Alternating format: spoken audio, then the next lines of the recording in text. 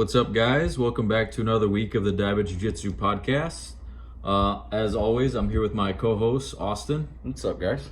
And today we have the pleasure of having my professor, Eduardo, on the channel. So, Eduardo is a black belt from Brazil. Yes. And so if you want to give us a little bit of your background, your history, or how you came over. Yeah, I started with 8 years.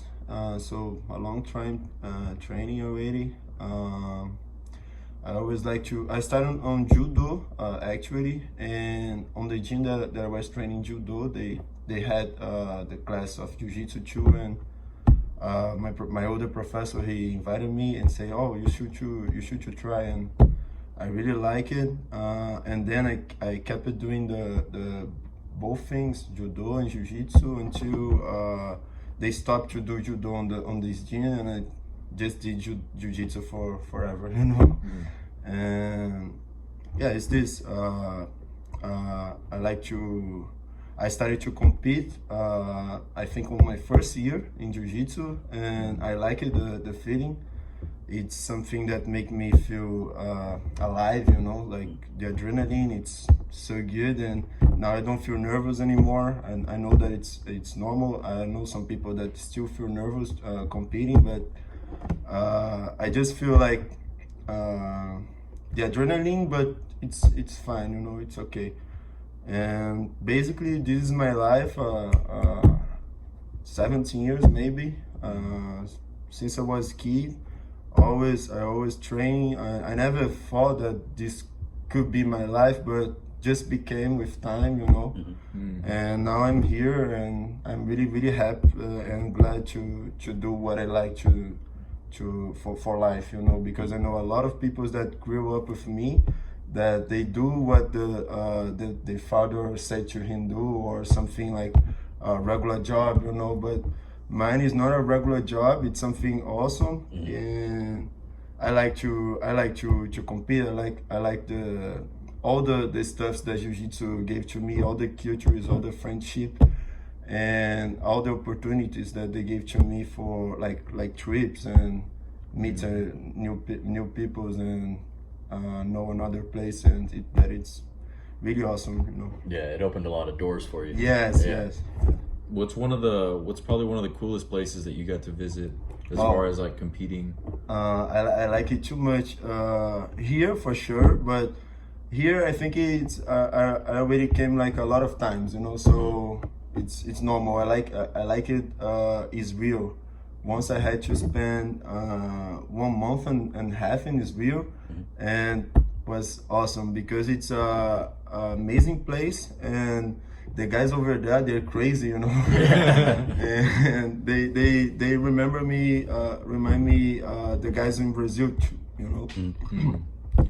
Like the mindset, the lifestyle, they always like making fun with each other, you know. Yeah. It was really funny, and I still have a lot of friends over there, you know. I like it too much. Mexico too. I already went to Berlin, but was for just a weekend to compete and come back. Portugal, I spent 1 week in Portugal on the Europeans, but I think Israel was your pretty cool. Yeah. You're naming all these places that I'm like, one day. Never been there. Yeah. Every place you listed, too. I've never been. Oh man, that'd be so cool to be able to travel like that. Yeah. And you're doing jiu-jitsu, doing something that you love, and going to all these cool places. Yeah. One day. One day. It's nice, bro. So, what would you say was your biggest difference from Brazil to here? I know you said that you'd been here multiple times, and it was kind of, you'd seen it before, but there had to be something that kind of stood out. Yeah. Right? I mean, we have a lot of difference, you know. I don't know if you're talking about jiu-jitsu or about the culture or about everything. Culture-wise, I guess from my curiosity, mine would be from the jiu-jitsu standpoint. What over there is the same over here, or what's different? As far as Is the culture like more competition role based, where they roll hard every single roll, or is it more I mean, less leg locks? I'm sure. Right? not really. When we do no gi, we always looking for play leg shoot, not like here, you know. Right. But I think the difference is because in Brazil, you know, America, it's like a big country, you know, it's first world country, you know. So economically, it's pretty good here, much better than Brazil at least. So the things over there, it's harder to have access, you know, like it's not so easy to buy a gi, you know, to pay a registration, to pay a membership of a gym. So like here, one like normal thing that nobody cares, but probably you guys are already used with that, but you don't think about it. Like in Brazil, most part of the people doesn't have an AC at home, you know. Here, everybody have it, it's cultural, you know. It's something that it's normal for you. For us, it's not so normal. So in the gym, if we don't have AC, it's fine, okay. Or here, I think some, I'm not talking about everyone, but some students, oh no, I don't gonna train today because it's too hot, you know. In Brazil, doesn't have these excuses. The guys go hard and they go every day, you know, because they know how hard is the life there, and they know how hard is to be able to just train, you know, to pay the membership. So they go every day, and when they're training, I think they wish more because they want to have a better future, or because they want to, you know, make the money that they're spending worth, you know. So I think it's probably the motivation's probably the motivation. different. Here I think it's easier to you if you wanna work out, if you wanna buy supplements, like anything, it's easier, you know. Over there, like, it's pretty expensive, you know. I guess I never really thought about that. It's just part of life, dealing with the heat and yes. The gym. So because that, the people, when they go to train, they kill each other, and after they give a hug, they shake their hands, and they hang out after, because it's nothing personal, you know. It's just train hard, you know. Sometimes I see people here that when they, I don't know, when they are in like a hard situation, they feel, oh fuck, I'm gonna give up, I'm gonna quit, you know. I'm gonna just let they pass my guard, you know. No, this is not a big deal, you know. Over there, the guys have a mindset to keep fighting, to not accept what's happening, to just keep fighting. Exactly. I think it's this makes sense. Most different, but it's growing up too much here. Like, we can see each place that we go, we see like a new gym, or someone else teaching jiu-jitsu, or I think the sport is definitely growing in popularity. Quickly too. Very quickly. So me and Josh are kind of from the same area, a little bit north of Austin, and I know growing up there, well, they may have been there, I just wasn't looking for them, but I never heard of any jiu-jitsu gyms up in that area. Since I came down here for college and stuff like that, I've heard of like 5 or 6 big name gyms that have opened up in that area, and it's just growing in popularity. That is awesome. That is good for everyone, you know. It seems like everybody I talk to too is always like, oh, I've been wanting to try it, I've been wanting to try jiu-jitsu, I've been thinking about it, stuff like that. It's like in the back of their mind, but they don't know. Everyone's now thinking about it. But 10 years ago, if you were to mention that to somebody, they'd be like, I don't even know what that is. What it's you mean? so quickly it's growing. I think it's a lot of word of mouth too, because that's how I got started. Like, I was doing a paramedic ride out, and one of the guys said, hey, you should come try, you know, a free week at this gym that I go to. And I said, okay, like I'll give it a shot. And after a week, I was already hooked. So I was first day. My first day doing jiu-jitsu ended up being a 2-a-day. Like I came in the afternoon, and then that night I was back in there. It was immediately. I loved it. Some of those days are still. We still get some of those days where we go multiple times. But they're hard. It's fun. I love it. I love that everybody wants to now try and do it. Like, I got hired with this new job. I mentioned it to some people. we have gotten one of the guys to come in. I've told him about the gym. He'll probably be coming through next week, I think. Nice.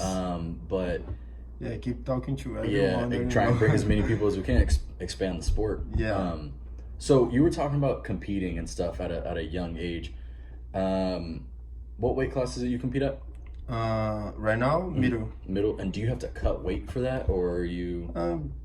You know, most part of times I just need to cut the weight of the gi, you know, like 4 pounds, 3 pounds. But I start to train, like do my training like twice per day, and my diet, and go like quickly, you know, like 3 days or 2 days. Back in the days when I was lightweight, I had a hard time to cut weight, to make weight, because I'm tall, you know. Yeah. For my division. How tall are you? 6 4, 6'1". 6'1". And then middleweight, what's the cutoff for? It's like 181.5. For IBJJF. Yeah, with gi. With the gi. Yeah, with the gi. Okay, so man, you got to become not no gi. like 170. No gi. It's my division. It's 175, but sometimes I do middle heavy. Yeah. For no gi, you don't need to cut it. It's just crazy because I know some tournaments will like weigh you without the gi, even if you're gonna compete in the gi. Yes. Because they like. Oh yeah. This is the best thing for me, bro. Because gis changed so much in weight. So yeah, but it's not like the main tournaments works, you know. Of course, the like ADP, you know, this federation about Abu Dhabi. I feel like I've heard of it. Yeah, they do. They're perfect. They do the weighting 1 day before and no gi, you know. So Perfect. best way. I'm gonna compete in August. The Miami Grand Slam, and it's a good competition because they pay, you know, cash prize for the first place, the second place, the third place, And it's in Miami. Yeah, So, yeah. That's a win-win right there. yeah. And I never been in Miami. I already have been in Florida, but never in Miami. Yeah, Miami's not a place I've been either. I don't think I've been to Miami. Yeah, one day we're gonna make this trip. So you said when you were competing at lightweight, cutting weight was kind of hard. Yes. How much weight were you trying to cut? And Oh, bro, it was like 5 kilos, you know, like 10 pounds, 8 pounds sometimes. and that was getting tough But to do. the thing is, like, on my first tournament of the year is the harder cut weight, right?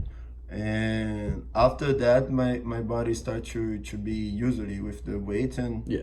I can't get overweight, but not so many as I was before, you know. Like if it was Well, with because you're putting on muscle too, so Yeah, you're naturally gonna be a and little because heavier. that I moved from lightweight to middleweight because I like to work out, you know. Yeah. And always that I was seeing like any result on my muscles, I was, damn, I'm getting bigger, you know. Yeah. And I had a competition the next week, and I had to cut weight, and I lost everything, you know. No, I don't do that anymore. I'm gonna keep on middleweight and keep working out to be stronger. Yeah, it makes sense. I mean, you got to have a life outside of just jiu-jitsu, and Yeah. you want to walk around with what physique you want. Yeah. So, yeah, I mean, you don't want to walk Yeah, around shape. Exactly. Yeah, Like a skinny we've ass. always we talk about it, like cutting weight and stuff like that, and you see the fighters on like UFC and stuff like that. They're it's cutting crazy. like 40 pounds, 30 pounds, something like that. I don't know how people do I don't that. understand. No, like, I don't understand you. that's one. It's not healthy, but it. But they receive a good money for that. Yeah, true. I mean, you tell me I'm gonna make $20,000. I'll cut 30 pounds off real quick, Just for stepping in the ring. just to step on a scale, and you're gonna pay me that much? All right, yeah. All And right. that's Money not talks. that's not even if you win. If you win, it's Yeah, then 20 more. Yeah, exactly. And then if you I'll win with a double. knockout, let's throw another 50,000 on top of that. Oh yeah. And after you beat everything that you want. Exactly. You're like, you know what? 20 pounds really wasn't that bad. Whenever you make, you're walking out with 90K, something like that. Yeah. But man, that's a different beast, though. Have you ever thought about like Cut MMA? weight like that. Well, MMA. MMA. Not really. I like to train box, you know. Yeah.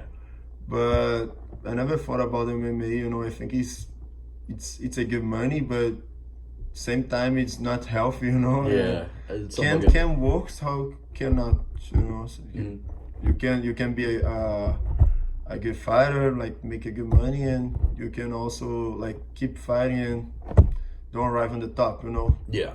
Like I feel comfortable with teaching jiu-jitsu and competing jiu-jitsu until I get you know, I don't want to compete anymore, but I don't think this is gonna be close, you know. I like too much to compete, but MMA I still need to think a little bit more. Yeah. Understandable. Yeah. And the most part of the MMA fighters, they're like over 30 years, right? Yeah. It Doesn't have takes too them a much, while. like 25, 22, 23. The people that find success generally find success in their 30s and later- stuff like later yeah. years.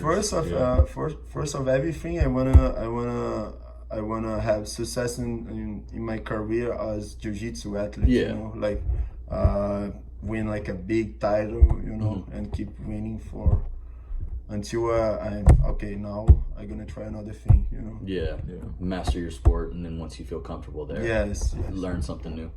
Completely understand. Yeah, and this is good if like the MMA fighters that they come with a good resume from another sport, they already have a better attention. People looking for him, you know, like they expecting more for them. Like Bochecha right now, Rodolfo Vieira, Durinho, you know, Gilbert Durinho.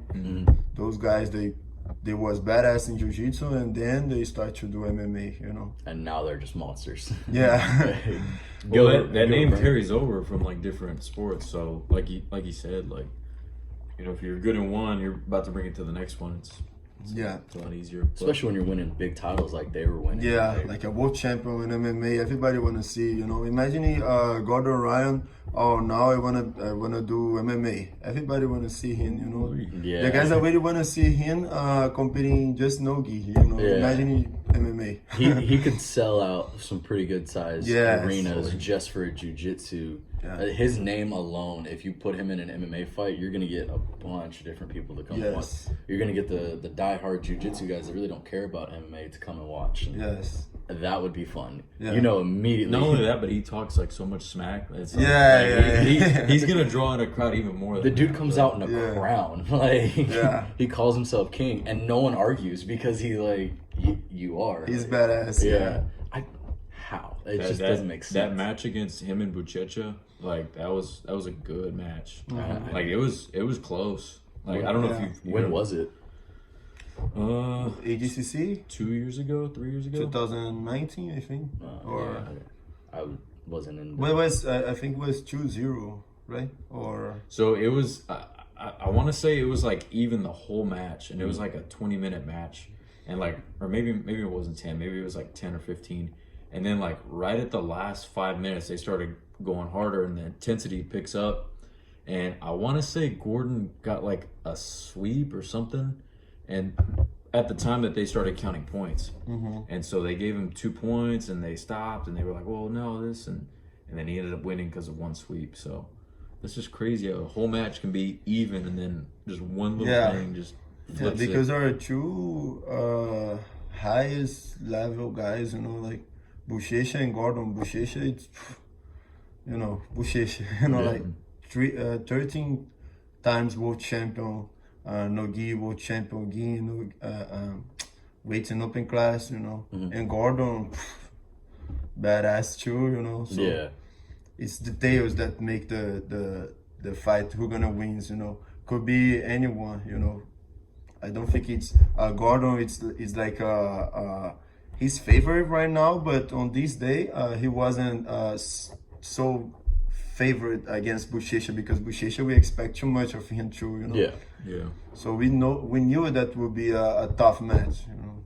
Like 2-0, it's a honest final for this match, I think. Yeah. We're gonna have to watch that later. Yeah. Because now I didn't see it, and now I'm fired up to watch it, and I already know the ending. So Oh my bad. no, obviously I would have known it was 2 years ago. Yeah. Spoiler alert, right? Yeah. So I do have one quick question about the weight cut just before we move on to the next.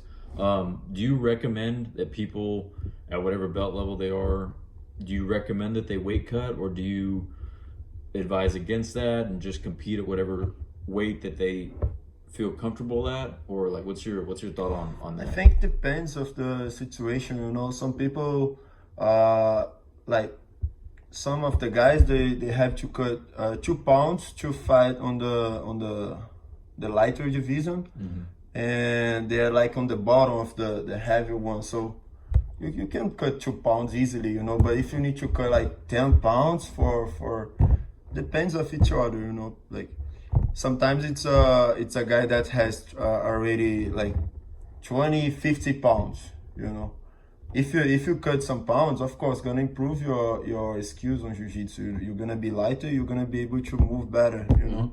And some guys is like 150 pounds, but the division is until 160, and the other one it's 148. What do you think is better? Oh, yeah. You cut 2 pounds and fight with the guys on the same weight than you, or still or keep the same weight and fight against guys that can be like 10 pounds over you, you know. Yeah. Depends. Like this about cut weight, it's too much for it's too much personally, you know. Like depends of each one. Like some people. One thing that I think, if you want to cut weight, you don't need to cut just for this competition. You know, you need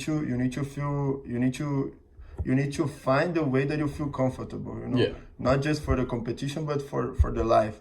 And some people, like I have a student that she stopped to train because she started to take medicines to cut weight, bro.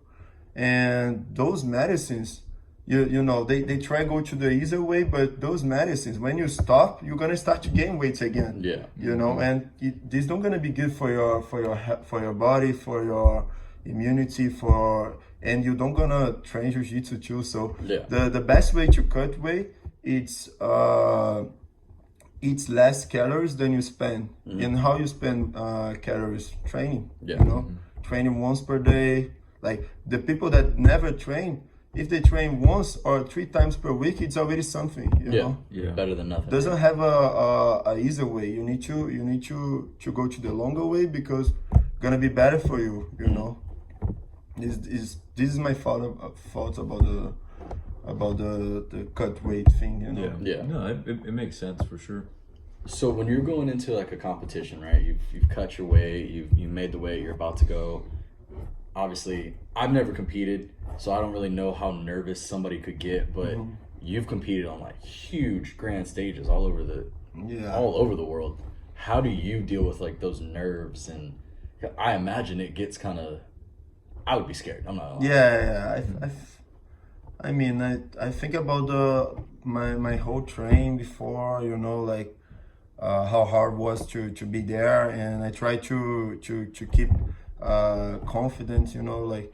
And I have also a professional from Brazil, Flavia. She's she does we do like therapy, but for my competitions, for So not just for therapist. that, but for life too, and to help on my mindset before the competition. It's kind of like a life coach, right? Yes. A little bit? Yes. Okay. But she's That's awesome. she does with a lot of athletes, you know. So this is her thing, you know. So like, if I have, of course, we have the competitions, but we also have a life. Like, we have to pay bills, we have argues, you know. So she keep me on the focus, you know. Like, she tried to take the bad things off my mind and put just good energies, you know, like positive vibrations, you know. Yeah. Like Bob Marley. Chakras or Yeah. But I like to. I don't feel so nervous because the long time that I'm doing that, you know. But I'm still feel nervous.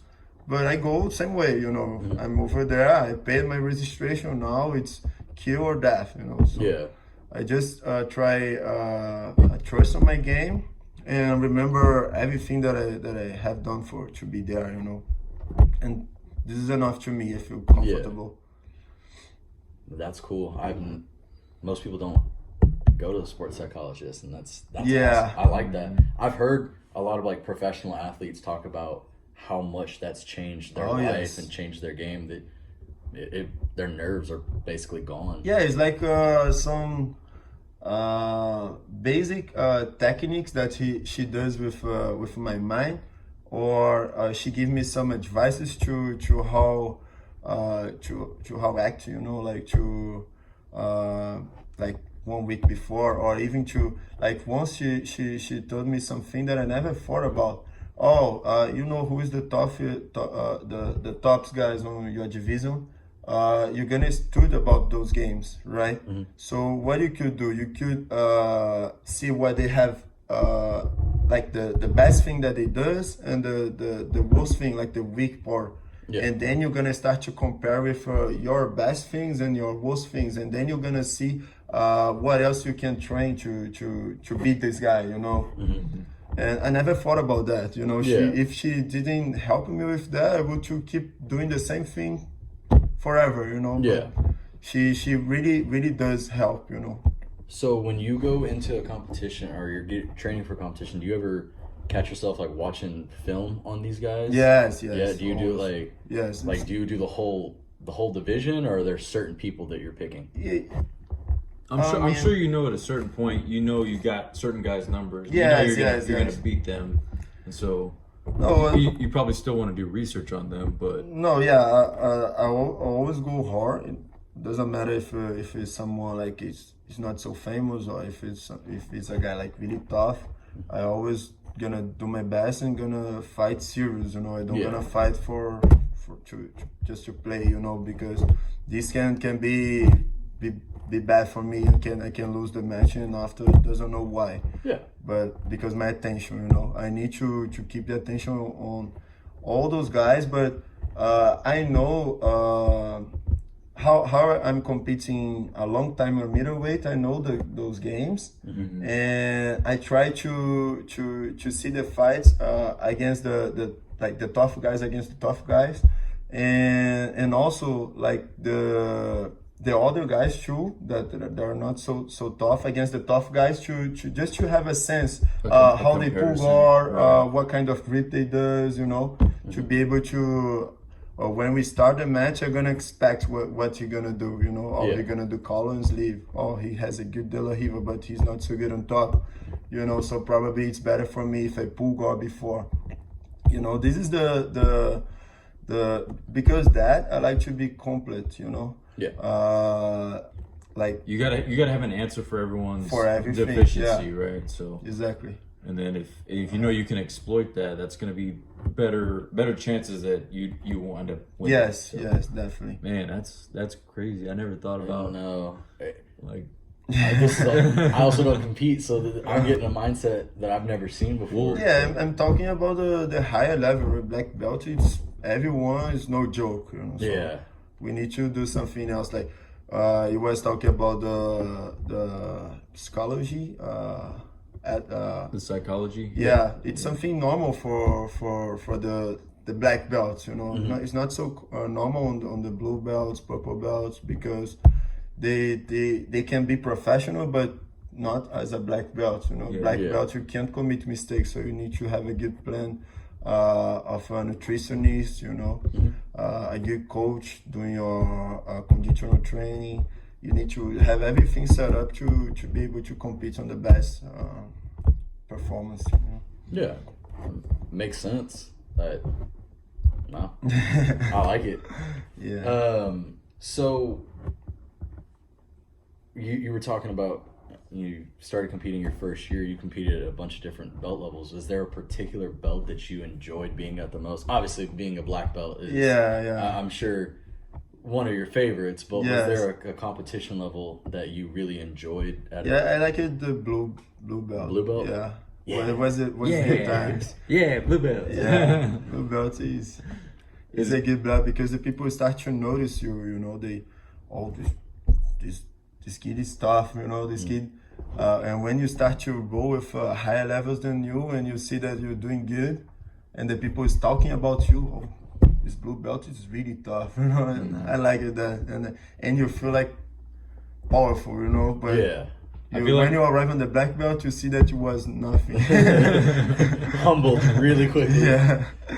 I could only imagine. I know I enjoyed a lot of white belt because it was so much knowledge getting Oh, thrown yeah. at me, and then I feel like once you get to blue belt, you actually kind of see how things work. Because I know white belt, it was just like, oh, it's just a technique. Actually, I didn't spend too much time on the white belt. I got my yellow belt. I was kid. Oh, okay. I got my yellow belt with 3 months training, you know. So I don't remember too much when I was white belt. I know that I was sucks, but my professor usually told me that I was sucks from the beginning, and then I started to be good with.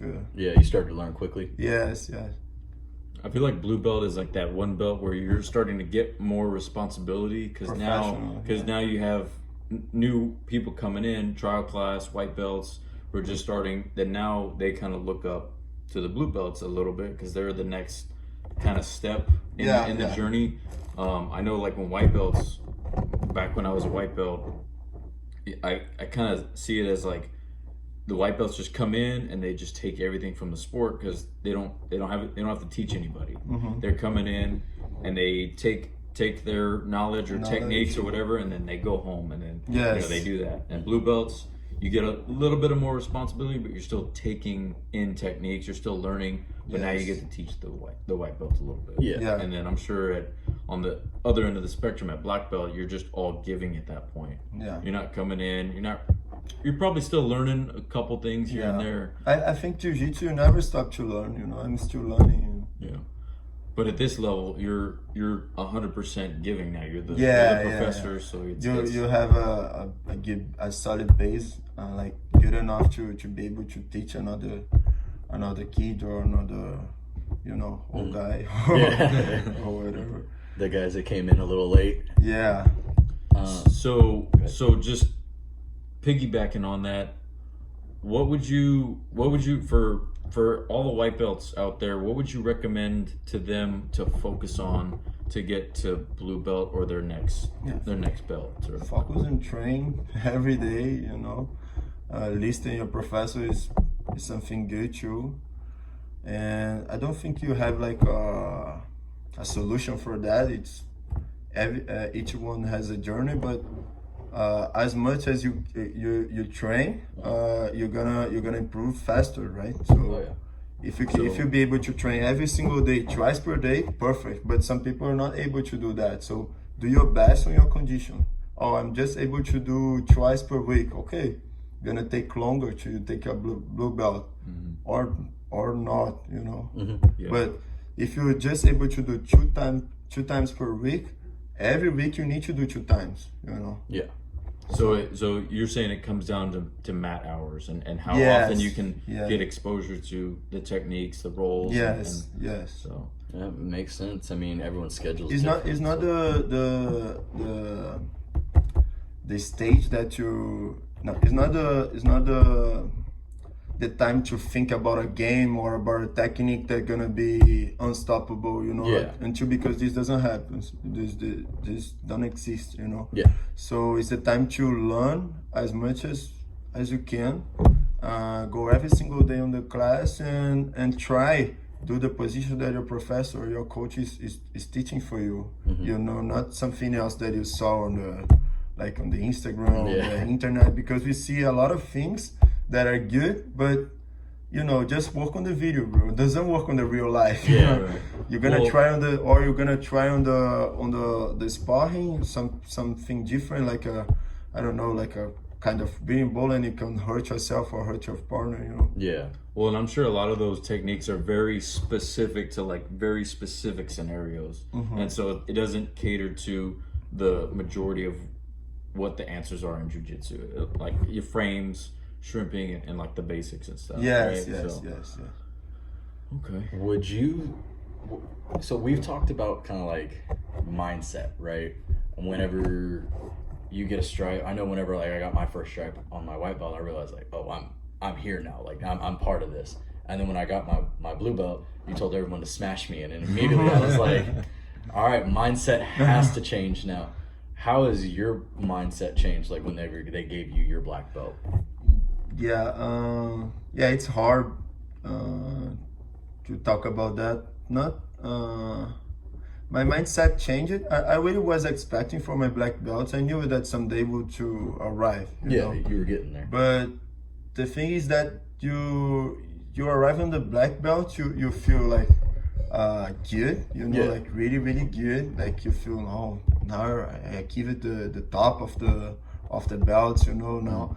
But on the same time, you it's like a new beginning, you know. It's like you restart the journey, right. So you're still learning, you know. You have more responsibilities, but my mindset changed.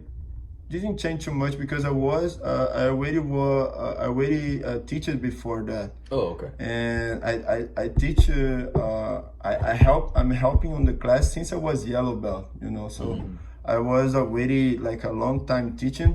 Just changed because, especially for competitors, you know, because you think like I was talking about the blue belt, that you think powerful. Yeah. When you arrive on the black belt, you see that it's a whole this is not true, you know. There's probably so many other things that you probably know that you need to probably seek out and find as far as knowledge. Yes, and you see people on the same division than you, that it's already black belts 10 years, you know, and you just arriving there, you're trying still to playing catch up. Yeah, trying to show why you came, you know, show some good tricks, but the guys has more experience than you know.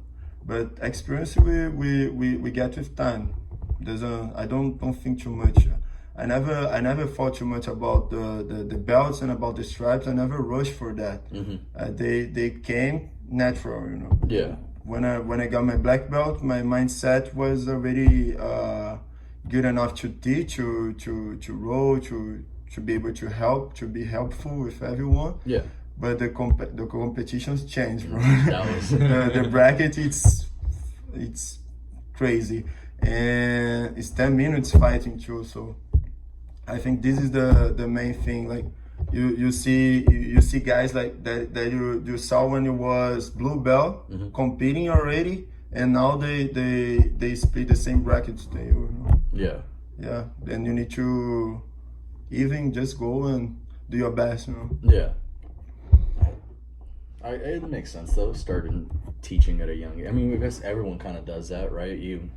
Everyone's rolled with the guy that's his first class or it's his first week, something like that, and you help with some techniques. Yes. I guess that that makes sense. With yellow belt, my professor already put me to run the kids class. Oh wow. Warm up, everything, show positions, show techniques, and even the adults class sometimes. And blue belt just was getting like more responsibility, purple, brown, black, and so black. I'm already used with that, you know. Yeah. So with being at a high level like you are, is it when you roll with people, is it like what people explain where it's like they try a move and then this guy does the counter and then you do the counter to the counter, counter to the counter to the counter? Is it really a chess game like that to where it's just you're thinking 8, 9, 10 steps ahead to what they're eventually going to defend? Yeah.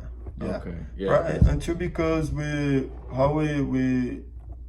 partner, our training partners, we already roll every day, you know, or every week at least.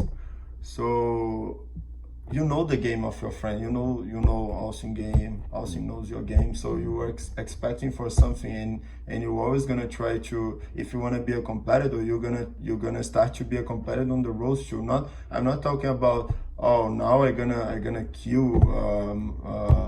Well, I'm gonna roll like give my 100% to smash housing. I'm not talking about that, but you're gonna be a competitor. Like you're gonna bring something different to be able to kill his game, and then he gonna need to find an answer to kill your game, you know. And this is the it's like a chess play, you know. I'm not talking about the same role, but on this row you swap me with the De La Riva. On the next row I'm gonna kill your De La Riva and pass, and we keep going back and forth, you know. Okay. Always trying to, like what we're talking about, that sequence. Yes. Yeah. Yeah. Well, and one of the ones that immediately popped into my head, it was like whenever you're in half guard and you come up to like dogfight and like say they whizzer. What's the answer for the whizzer? Yes. You can dive under for the sweep because they can't post now, and so that's kind of where my mind was going with that. But yeah, it's just cool like hearing that it's a part Well, of. we don't get stuck it with so many details too, because on the fight everything happens. You know? Yeah. Like position that you never did, you do and work. So something sometimes the guys put you in a situation that you never have been, and you need to find an answer on the time of the fight. Like on the spot, you're like, oh, Yes. never seen this before. Let's come up with something right now. Yes. So Okay. it's crazy. So has there been a point that you felt like there was like you plateaued, so like you weren't feeling you were progressing ever, like a spot where you felt like you were just kind of stuck and like the same level? Have you ever felt that in your jiu-jitsu journey? I don't know if I'm asking that the right way, but I think if you mean about technique, never. But I already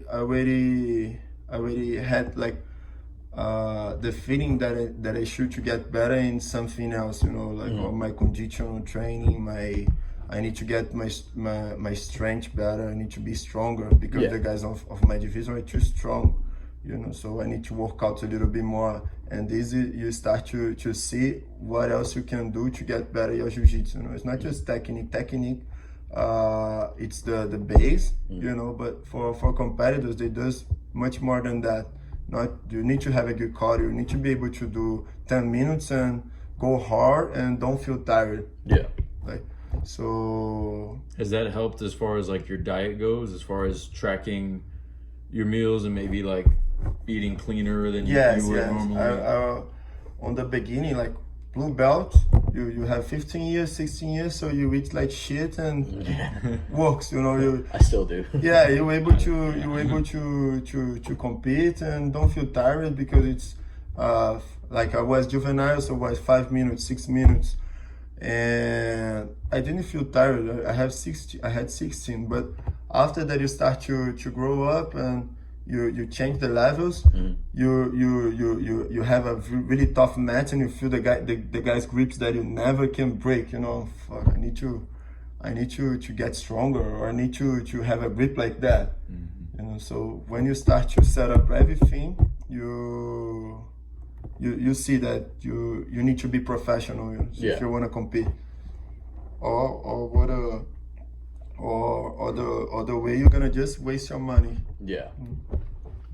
$50 to come fight once, and then you lose, and then you're $50 here in Brazil. The competitions are the people are spending like $200, $300 to be able to do a real open, you know, IBJJF open. They don't pay anything for you back. No, you're just doing it. And if you lose, you lost, and you take the shirt of the cool event. Well, sometimes it's a single Experience. elimination, Take a picture, right? Yeah.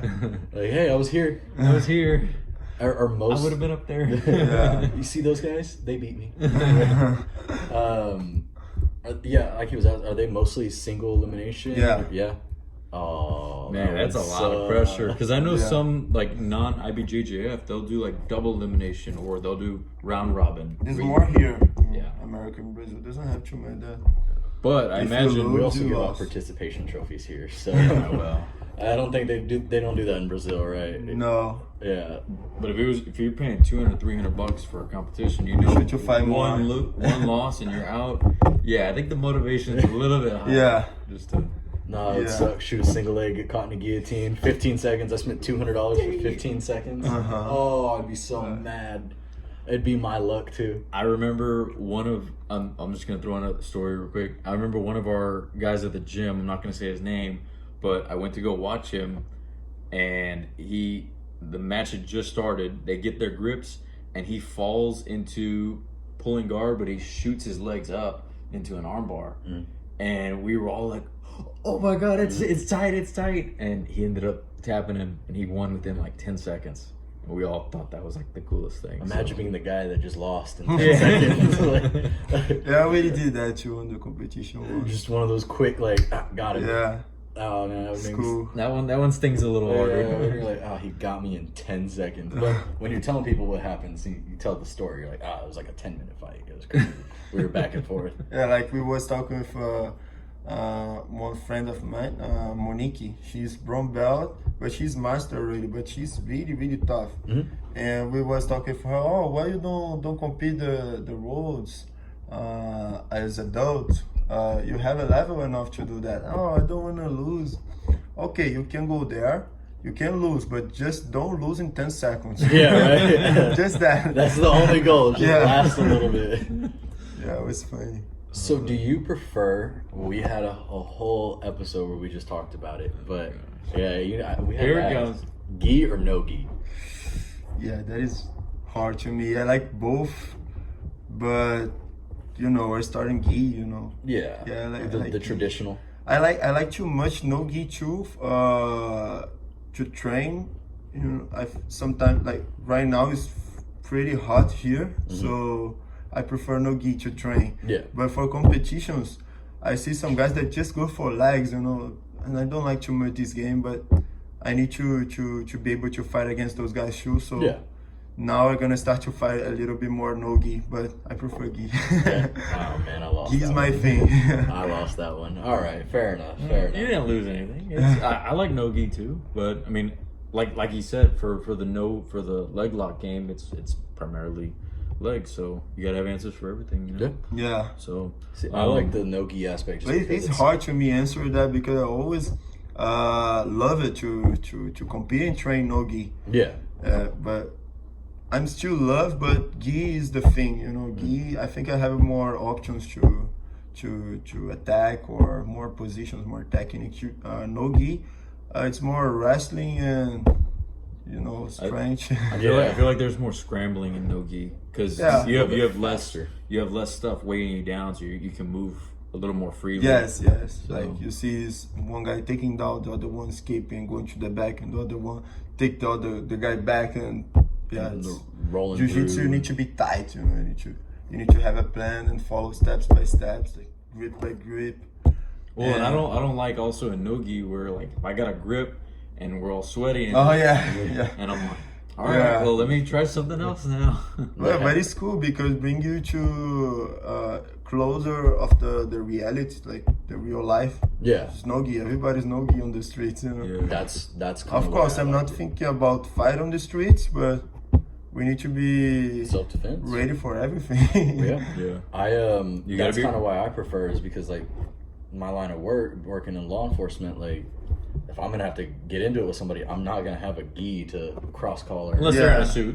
You know. Yeah. I'm just kidding. I'm One just thing kidding. that I say Expensive to my students is because the position that we do on gi, we can adapt for no gi. Mhm. But a guy that just do no gi, if you put a gi on him, he's gonna be smashed for a tough blue belt.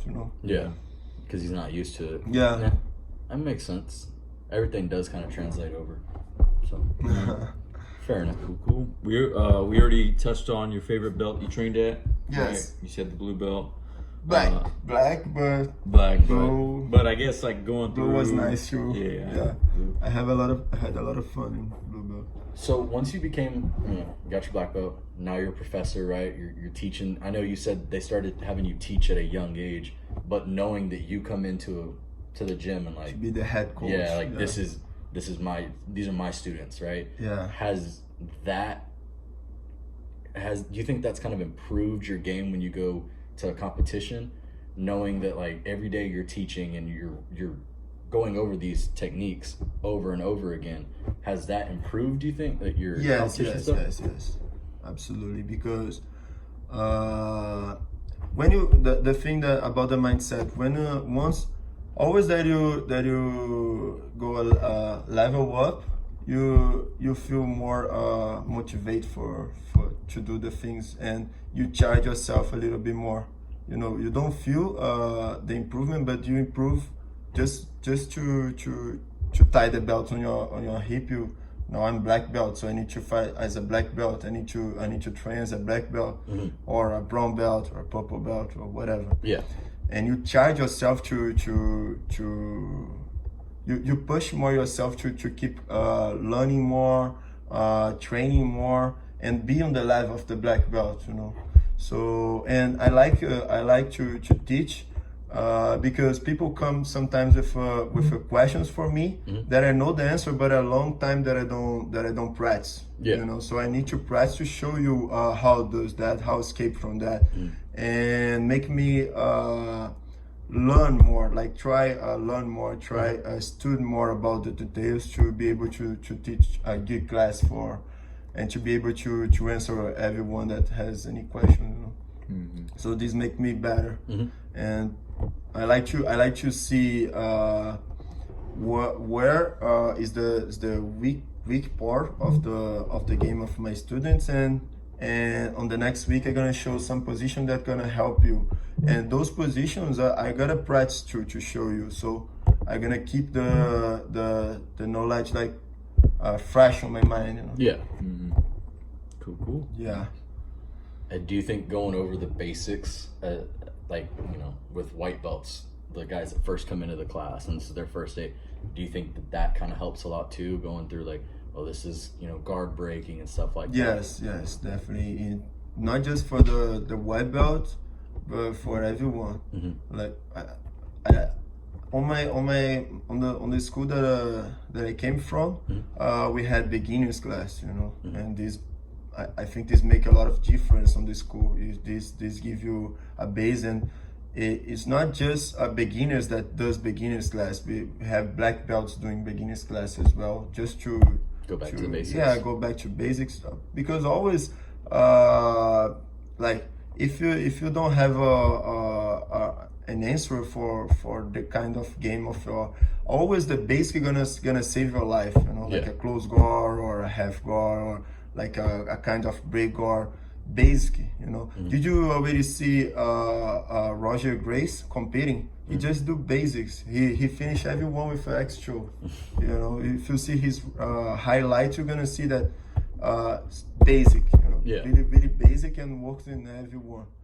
And so I think it's before you think about learn a berimbolo or a heel hook or whatever, you should to make sure that you know a good and armbar from close guard, a triangle, kimura, these stuffs, and then you go to the next step. You know, and always, even when you step forward, you go to the next step. You need to always be reminding your basic to don't lose the details. You know. That makes sense. And sometimes it's you like we have students that came from another professor.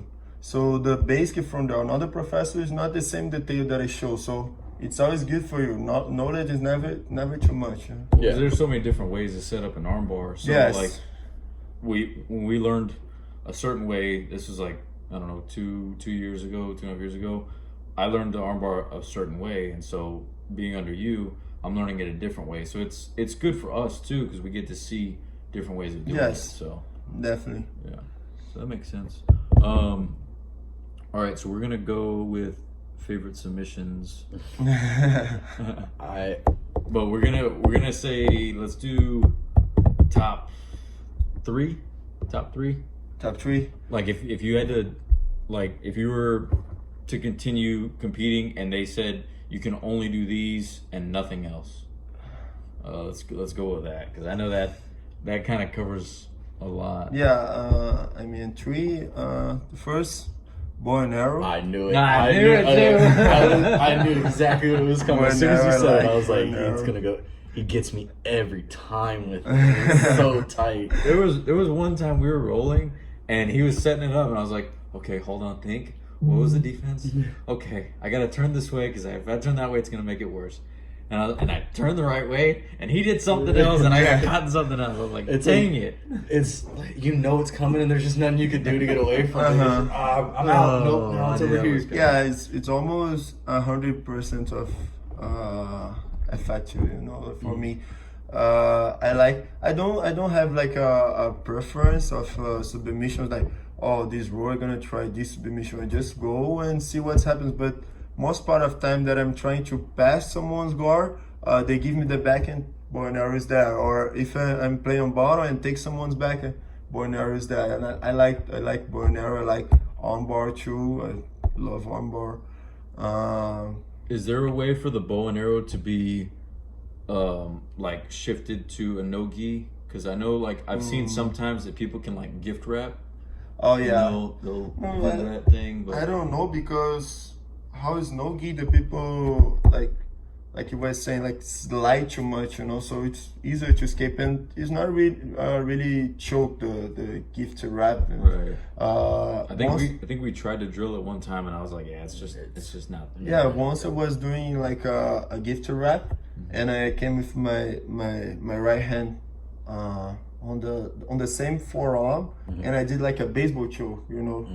But this is a choke, you know. But bow and arrow with a no-gi, I think it's Yeah, that one doesn't really it's translate. impossible. A gift wrap no-gi baseball. That is cool. Yeah. Ouch. I'm envisioning it right I did. now, and I'm like, hell, yeah, that would work. Yeah. That Dang. would suck so bad. Yeah, this is the thing. I don't look for submission. Sometimes the submission appears, and I just try and works, you know. But I like bow and arrow, armbar. I like I don't know, the Kimura maybe. Yeah. Kimura trap. I like Kimura More trap. trap system. Yeah. You know, to pass or to, especially no gi. I do a lot Kimura. Yeah, but I don't know, bro. I feel sad because I would like to put triangles and homoplatas through, Yeah. and rear naked choke You and feel bad everything. leaving them out. Yeah. There's so many different ones. Straight ankle lock. Yeah. He just loves them all. He just loves Yeah. to make people tap. Yeah, but I love how we knew the bow. if I have to Yeah, choose the first one, bow and arrow. I love it. We automatically knew. I think you and I knew, we were like, Rear naked he's- choke too works pretty well. When I don't, I'm not able to get in my grip tight. I go to the rear naked choke, and if it's in the competition, go the rear naked choke in the mid of the face and just press it, that trick you right inside. Yeah. yeah. Forearm in the mouth. People say, "Oh, you're choking on my chin." Oh, you just put your chin up. They're gonna be on your neck. Then move your chin. It's Here, simple as that. let me help you. No, I don't do that with my students, with my friends, you know, my partners. But on the competition, bro, No, like you said, oh, yeah. $50, like $100 for be there. I need to do my best, you I'm know. gonna get my money's worth. Take that neck with you home. I'd use it as a souvenir. Oh yes.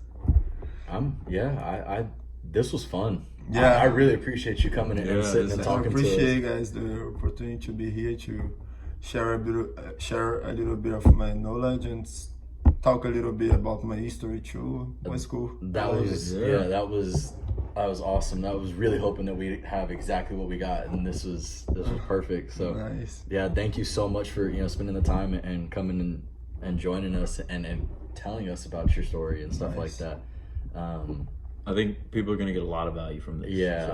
I'm excited for this one to come out. I think this Awesome. this is probably one of our better ones right here. Awesome. Thank you for inviting me. And guys, forgive me for my English. Oh, I no, can this commit was some mistakes, but I know that you guys know what I mean. yeah, no, this was spot on. This was good. This was Nice. I'll put some links to your page, and then if you want me to put like anything else in there, I can get with you and I can put anything down there. So Instagram, anything like that. Okay. But this was fun. This was a lot of fun. So thank you again. Thank you very much. Nice. Thank you, bro. thank you. Thank you, Professor. Was cool. All right, guys, we'll see y'all next week.